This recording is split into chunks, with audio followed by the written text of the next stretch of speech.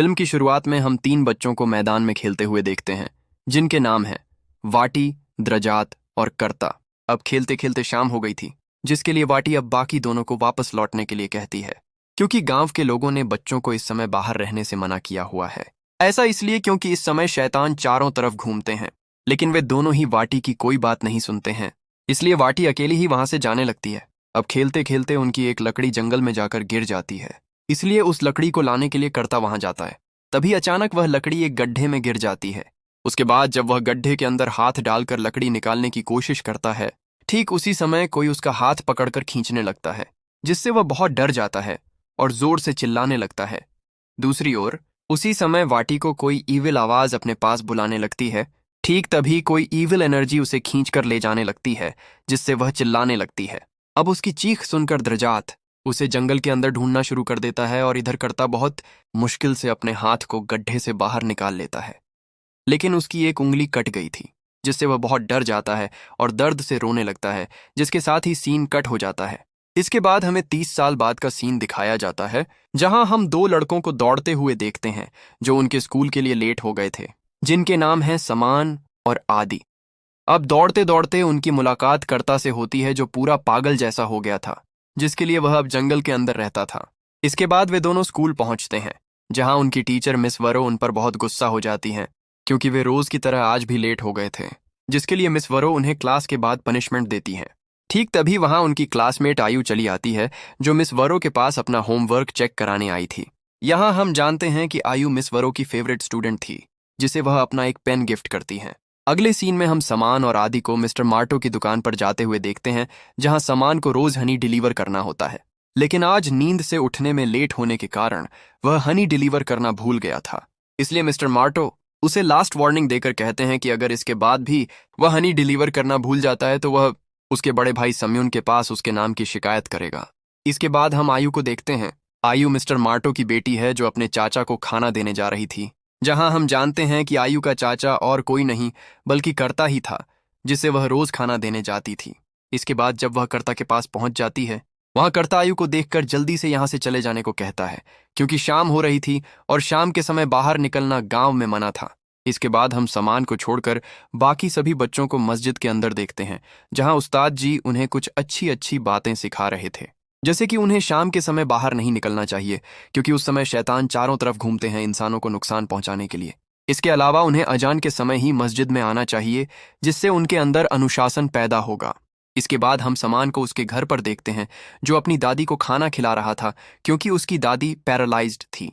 ठीक तभी समान का बड़ा भाई सम्युन घर लौटता है, जो हनी डिलीवर न होने के कारण समान पर बहुत गुस्सा हो जाता और उसे थप्पड़ तक मार देता है। जिसके बाद वह उसे कहता है कि अगर इसके बाद भी वह हनी डिलीवर करना मिस करता है तो वह उसे और नहीं छोड़ेगा। इसके बाद सम्युन काम के लिए शहर की ओर निकल पड़ता है, जो कुछ दिनों बाद घर लौटेगा। अब उसी समय समान घर में एक ईविल शैडो को देखता है, जो अचानक से गायब हो जाती है, जिससे समान सोचता है कि उसने शायद कुछ गलत देखा है। अगले दिन सुबह समान 2 हनी की बोतलें लेकर स्कूल जाता है, ताकि वह स्कूल से लौटने के रास्ते में एक साथ दोनों डिलीवरी कर सके। लेकिन आज भी वे दोनों स्कूल आने में लेट हो गए थे, जिसके लिए मिस वरो उन पर फिर से गुस्सा हो जाती हैं और दोबारा उन्हें सजा देती हैं। अब शाम के समय उनका पनिशमेंट खत्म हो जाता है, तो वे दोनों वहां से निकल जाते हैं, जहां उन्हें कोई कॉन्टेस्ट देखने जाना था। इसलिए वे एक वैन ड्राइवर से लिफ्ट मांगकर वैन में जाने लगते हैं। दूसरी ओर उसी समय हम कर्ता को देखते हैं, जो जंगल के अंदर लकड़ियां इकट्ठा कर रहा था। तभी उसे थोड़ा अजीब महसूस होता है, इसीलिए वह आसमान की तरफ देखता है, जो लाल हो गया था, और साथ में अजीब तरह की हवा भी चल रही थी। बिल्कुल ऐसा ही उसने आज से 30 साल पहले महसूस किया था। यानी फिल्म की शुरुआत में हमने जो घटना देखी थी। इधर रास्ते में जाते जाते सामन और आदि मिस वोरो के बारे में बात करने लगते हैं। वे कहते हैं कि मिस वोरो बिल्कुल भी अच्छी नहीं है, वह हर समय उन पर गुस्सा होती है और उन्हें सजा देती रहती है। ये कहने के बाद सामन कहता है, बहुत अच्छा होगा अगर मिस वोरो मर जाए। ये सुनकर वैन ड्राइवर बहुत गुस्सा हो जाता है और उससे कहता है कि उसे इस तरह की बातें बिल्कुल नहीं करनी चाहिए। उसी समय हम मिस वोरो को देखते हैं, जो अपने घर पर थीं। ठीक तभी उनके घर में कुछ पैरानॉर्मल एक्टिविटी शुरू हो जाती है, जिसके कारण उनके घर का मेन दरवाजा बार बार अपने आप ही खुल रहा था। इसलिए मजबूर होकर वह जब दरवाजे को लॉक कर देती हैं, ठीक तभी हम उनके पीछे एक ईविल जिन्न को देखते हैं, जो उन्हें हॉन्ट करता है, फिर उन्हें पजस करके मार देता है, जिसका मतलब समान की इच्छा यहां पूरी हो गई थी। दूसरी ओर उसी समय वैन ड्राइवर जब यह बात जानता है वह जल्दी से गांव लौट आता है, जहां समान और आदि जब घटना को जानते हैं तब समान थोड़ा अपसेट हो जाता है क्योंकि आज ही उसने मिस वरो के मर जाने की बात कही थी। इनफैक्ट आदि समान को कहता है कि उसके कहने से ही मिस वरो मर तो नहीं गई, जिस पर समान उसे कहता है कि यह कभी भी संभव नहीं है, मुंह से बोलने पर कोई मर नहीं जाता। अगले सीन में हम ग्रामवासियों को मिस वरो का अंतिम संस्कार करते हुए देखते हैं, जहां हम देखते हैं कि मिस वरो का भूत समान को परेशान करने लगता है, जिससे वह बहुत डर जाता है और घर चला आता है। अब घर के अंदर भी समान बार बार मिस वरो के भूत को देख रहा था, जिसे वह अपनी गलतफहमी मानकर जब आंखों और मुंह पर पानी डालने जाता है, ठीक तभी वह ईविल जिन्न आकर उसे अपने वश में कर लेता है। अब उसी दिन रात में हम गांव के पुलिस अफसर दल रहीम, सिक्योरिटी अमीन, मार्टो और उसकी बेटी आयु को देखते हैं, जो नई टीचर निंगसिह को लेने आए थे। अब दल रहीम मिस निंगसिह से पूछता है कि उन्हें तो दिन में आना था, लेकिन वह इतनी रात में क्यों आई हैं, जिस पर मिस निंगसिह उन्हें बताती हैं कि वह रास्ता भटक कर दूसरे गांव चली गई थीं, जिसके कारण उन्हें आने में इतना देर हो गया। इसके बाद हम दल रहीम को बाकी लोगों के साथ उनका परिचय कराते हुए देखते हैं, जहां हम कर्ता को भी देखते हैं, जो छिपकर उन पर नजर रख रहा था और बहुत चिंतित लग रहा था। अब अगले दिन सुबह समान स्कूल नहीं आता है, जिसके कारण आदि को अकेले ही स्कूल आना पड़ता है, जो फिर से लेट हो गया था। लेकिन नई टीचर मिस निंगसिह उस पर बिल्कुल भी गुस्सा नहीं होती हैं। दूसरी ओर हम सम्युन को देखते हैं, जो मार्टो की दुकान पर जाकर हनी के पैसे लेने जाता है, जहां उसे पता चलता है कि समान ने हनी डिलीवरी भी नहीं की। ये सुनकर सम्युन बहुत गुस्सा हो जाता है और गुस्से में घर जाकर समान की पिटाई करने लगता है। लेकिन समान अब वश में पोजेस्ड था। वह कहता है कि उसका भाई मर जाए। यह कहते ही वह ईविल जिन्न सम्युन को भी परेशान करने लगता है और उसी समय समान एक तेज धार वाले चाकू से सम्युन को मार देता है। इसके बाद वह दल रहीम के घर जाकर सारी मुर्गियों को मार देता है। फिर उन मुर्गियों का खून बोतलों में भरकर मार्टो के पास दे आता है, जिसे देखकर मार्टो बहुत डर जाता है और उसे आवाज देने पर वह हंसते हंसते वहां से भाग जाता है। अगले दिन सुबह हम आयु को स्कूल के अंदर देखते हैं, जो बार बार मिस वरो की उपस्थिति महसूस कर रही थी, जहां क्लास के दौरान मिस वरो का भूत उसके पास बार बार आकर समान का नाम ले रहा था, जिससे आयु बहुत डर जाती है और चिल्ला उठती है। इसके बाद आयु जब स्कूल से घर लौटती है, वहां उसके पिता दल रहीम के साथ बात कर रहे होते हैं, जहां वह दल रहीम को बताते हैं कि समान यहां आकर खून भरी कांच की बोतल दे गया है, जो सुनकर दल रहीम कहते हैं कि उसकी मुर्गियों को तो उसी ने मारा है। इसके बाद वे सब मिलकर समान के घर की ओर निकल पड़ते हैं, जिनके पीछे पीछे आदि और आयु भी चले आते हैं। अब समान के घर पहुंचकर वे उसके बड़े भाई सम्युन की मृतदेह को पड़ा हुआ देखते हैं, जिसे देखकर वे बहुत डर जाते हैं। इस पॉइंट पर आदि नदी के किनारे जाकर समान को ढूंढ लेता है, जो क्रिपी स्माइल कर रहा था। जिसके बाद वे सब मिलकर उसे दल रहीम के घर लेकर आते हैं, जहां वह कोई बात नहीं बोल रहा था, सिर्फ एक तरह का गुनगुना रहा था। वहां ग्रामवासियों के साथ साथ मिस निंगसिह भी चली आती हैं, जो उनसे कहती हैं कि वह उससे बात करना चाहती हैं ताकि वे कुछ जान सकें। जिसके बाद वह कमरे के अंदर जाकर कुछ ही देर में वापस आती हैं, जहां वह बताती हैं कि समान कुछ नहीं बोल रहा है, सिर्फ गुनगुना रहा है। कर्ता भी वहां था, जो दूर से सभी बातों को ऑब्जर्व कर रहा था। अगले सीन में हम फिर से समान को देखते हैं, जो सम्युन और मिस वरो के भूत को देखता है, जो उसे कहते हैं चले जाओ। जिसके बाद समान अपने गले में रस्सी डालकर आत्महत्या कर लेता है। इसके बाद समान की बॉडी को दफनाया जाता है, जहां आदि और आयु बहुत टूट जाते हैं, जिन्हें मिस निंगसिह संभालती हैं। इसके बाद हम क्लास के अंदर आदि को उदास होकर बैठे हुए देखते हैं, जिसके पास मिस निंगसिह आकर कहती हैं कि अब उसे मूव ऑन करके अपनी पढ़ाई की तरफ ध्यान देना चाहिए। जिसके बाद वह उसे यहीं बैठकर अपना होमवर्क कर लेने को कहती हैं, जिस पर आदि राजी हो जाता है। इसके बाद शाम होने पर स्कूल का पीएन मिस निंगसिह को स्कूल बंद करने की बात कहकर आदि को घर भेजने को कहता है, जिस पर मिस निंगसिह उसे कहती हैं कि वह खुद ही आदि को घर छोड़ देंगी। इसके बाद वह स्कूल से बाहर निकलने से पहले आदि को प्रार्थना कर लेने को कहती हैं, जिस पर आदि जब प्रार्थना करके बाहर निकलता है, वह वहां समान के भूत को देखता है, जो उसे हॉन्ट करता है, और ठीक तभी आदि पजेस हो जाता है। इसके बाद पजेस स्टेज में वह घर में भी दीवारों पर सिर पीटने लगता है, जहां उसके घर में भी कर्ता एक ताबीज को लटकाने लगता है, जैसा हमने समान के घर में देखा था, जिसे आदि के पिता देख लेते हैं और उसे वहां से भगा देते हैं। अगले दिन सुबह स्कूल के अंदर आदि पूरी तरह से चुप रहता है, जहां स्कूल की छुट्टी के बाद क्लास के सभी बच्चे चले जाते हैं, पर वह वहीं बैठा रहता है। ये देखकर आयु उसके लिए थोड़ी चिंतित हो जाती है। इसके बाद आयु जब घर लौट रही थी, ठीक तभी वह फिर से मिस वरो के भूत को देखती है, जो इस बार आदि का नाम लेता है। जो सुनकर तुरंत आयु क्लास के अंदर जाकर देखती है कि आदि वहां है या नहीं, लेकिन वहां कोई नहीं होता है, इसलिए वह तुरंत उसे ढूंढने निकल जाती है। लेकिन आदि कहीं नहीं मिलता है।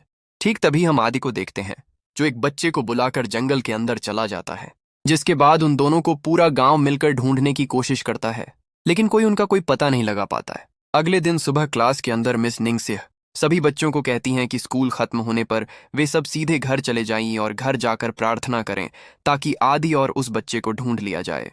अब स्कूल खत्म होने पर आयु मिस निंगसिह के पास आकर उन्हें एक ताबीज देती है, जैसा हमने कर्ता के पास देखा था, जिसे हाथ में लेते ही मिस निंगसिह उसे नीचे फेंक देती हैं और पूछती हैं कि यह क्या है। जिसके जवाब में आयु उन्हें कहती है, यह एक तरह का ताबीज है जिससे नेगेटिव एनर्जी इंसान से दूर रहती है। लेकिन मिस निंगसी यहाँ कहती हैं कि वह इन सब चीजों में विश्वास नहीं करती और उसे भी इस तरह की चीजों में विश्वास नहीं करना चाहिए। ये कहने के बाद वह वहां से चली जाती हैं। अब उसी दिन शाम को हम दल रहीम और उस्ताद जी को मस्जिद के अंदर आते हुए देखते हैं, जहां उन्हें उस लड़के की डेड बॉडी मिल जाती है जिसे आदि जंगल के अंदर ले गया था। दूसरी ओर मार्टो अपने घर में समान की डेड बॉडी को देखता है, जिसे पहले ही दफना दिया गया था, लेकिन कोई उसकी डेड बॉडी को यहां रख गया है। ये देखकर मिस्टर मार्टो बहुत डर जाता है। इसके बाद हम आयु को देखते हैं, जो घर लौटते समय आदि को देखती है, जिसने एक कुत्ते को भयानक तरीके से मार दिया था। आयु को देखकर वह आयु को मारने के लिए उसके पीछे पड़ जाता है, इसलिए आयु अपनी जान बचाने के लिए वहां से भाग जाती है, जिसे दल रहीम की पत्नी अपने घर में ले जाकर छिपा देती है। लेकिन आदि घर के पीछे के दरवाजे से अंदर चला आता है और जब वह आयु को मारने ही वाला होता है, ठीक तभी अमीन वहां चला आता है और आदि के सिर पर वार करके उसे बेहोश कर देता है। घटना के बाद वहां गांव के सभी लोग चले आते हैं, साथ में उस्ताद जी भी वहां आकर कुछ दुआ पढ़कर उसे ठीक करने की कोशिश करते हैं, जिससे वह ठीक हो जाता है और आदि उल्टी करके होश में आ जाता है। दूसरी ओर हम उसी समय कर्ता को देखते हैं, जो बहुत सारे ताबीज बना रहा था। ठीक तभी गांव के सभी लोग मिलकर आदि के बारे में बात करने लगते हैं, जिसमें अमीन कहता है कि उसने आदि को कब्रिस्तान की तरफ जाते हुए देखा था, इसलिए हो सकता है उसी ने सामान की डेड बॉडी को निकालकर मार्टो के घर पर रखा हो। अब आदि के पिता सबको बताते हैं कि उन्होंने कर्ता को उसके घर में एक तरह का ताबीज लटकाते हुए देखा था, इसलिए हो सकता है उसने कोई ब्लैक मैजिक करके ये सारी घटनाएं करवाई हों। यह सुनकर गांव के सभी लोग बहुत गुस्सा हो जाते हैं और कर्ता के घर जाकर उसे मारना पीटना शुरू कर देते हैं। लेकिन उसी समय दल रहीम सबको रोक देता है और कर्ता को उसके घर में कैद करके रखने को कहता है ताकि वह इस मामले की इन्वेस्टिगेशन कर सके। दूसरी ओर हम आयु को देखते हैं, जो घर पर थी और ट्रॉमा के कारण बहुत बीमार पड़ गई थी, जहां वह अपने पिता मार्टो को कहती है कि अंकल कर्ता ने कोई गलती नहीं की है। ये सुनकर फिलहाल मार्टो कुछ समझ नहीं पाता है। ठीक तभी आयु से मिलने मिस निंगसी उनके घर आती हैं, जिन्हें देखकर आयु बहुत डर जाती है। इस पॉइंट पर निंगसी आयु से कहती हैं कि वह कर्ता के घर गई थीं, जहां उन्हें पता चला है कि आयु नियमित रूप से वहां जाती है, और यहीं कहानी का असली ट्विस्ट रिवील होता है। अब फ्लैशबैक में कर्ता आयु को बताता है कि उस दिन आकाश का लाल हो जाना और अजीब तरह की हवा चलना 30 साल पहले भी महसूस किया था। इसलिए उसके अनुसार मिस निंगसी असल में एक ईविल जिन है, जिसे ब्लैक मदर भी कहा जाता है, जो बच्चों पर फीड करती है। इसीलिए कंफर्म करने के लिए वह आयु को एक ताबीज देकर कहता है कि वह मिस निंगसी को यह ताबीज दे, जिसे लेने के बाद अगर वह रिएक्ट करती है तो यह साबित हो जाएगा कि वह असल में एक जिन है। और इसी वजह से उस दिन आयु ने उन्हें ताबीज दिया था, जिसे हाथ में लेते ही मिस निंगसी ने फेंक दिया था। अब प्रेजेंट में मिस निंगसी खुद ही स्वीकार कर लेती हैं कि वह सच में एक जिन है।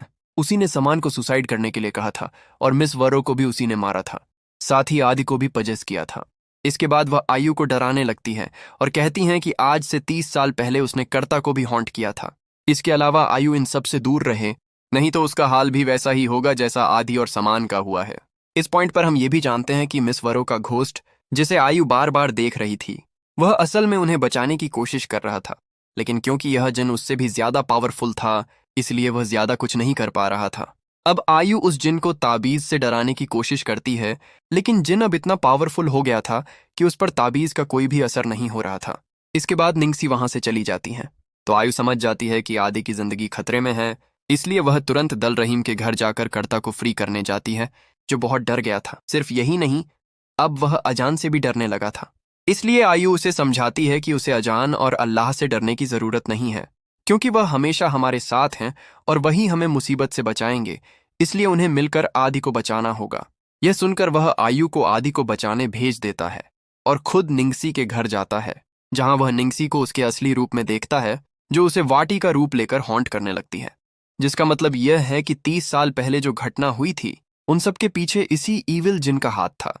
इसके अलावा रात में इस गांव में आने का कारण भी यही था। सीन फिर से फ्लैशबैक में जाता है, जहां हम जानते हैं कि 30 साल पहले उस दिन गांव वालों ने कर्ता को ढूंढ लिया था, लेकिन द्रजात को उस जिन ने मार दिया था और वाटी को भी पजस करके उसे फीड करने के बाद उसे भी मार दिया था। इसके बाद प्रेजेंट में कर्ता वहां से भाग जाता है और उस जगह पर जाकर पेट्रोल डालकर आग लगाने जाता है जहां वह जिन रहती थी, लेकिन ठीक तभी वहां वाटी का घोस्ट आकर उसे डराने लगता है। दूसरी ओर आयु नदी के किनारे जाकर आदि को देखती है, जिसे वह जिन पजस करके उठाकर ले जाने की कोशिश कर रही थी। कर्ता अपने डर को कंट्रोल करके अजान देने लगता है क्योंकि सुबह हो गई थी।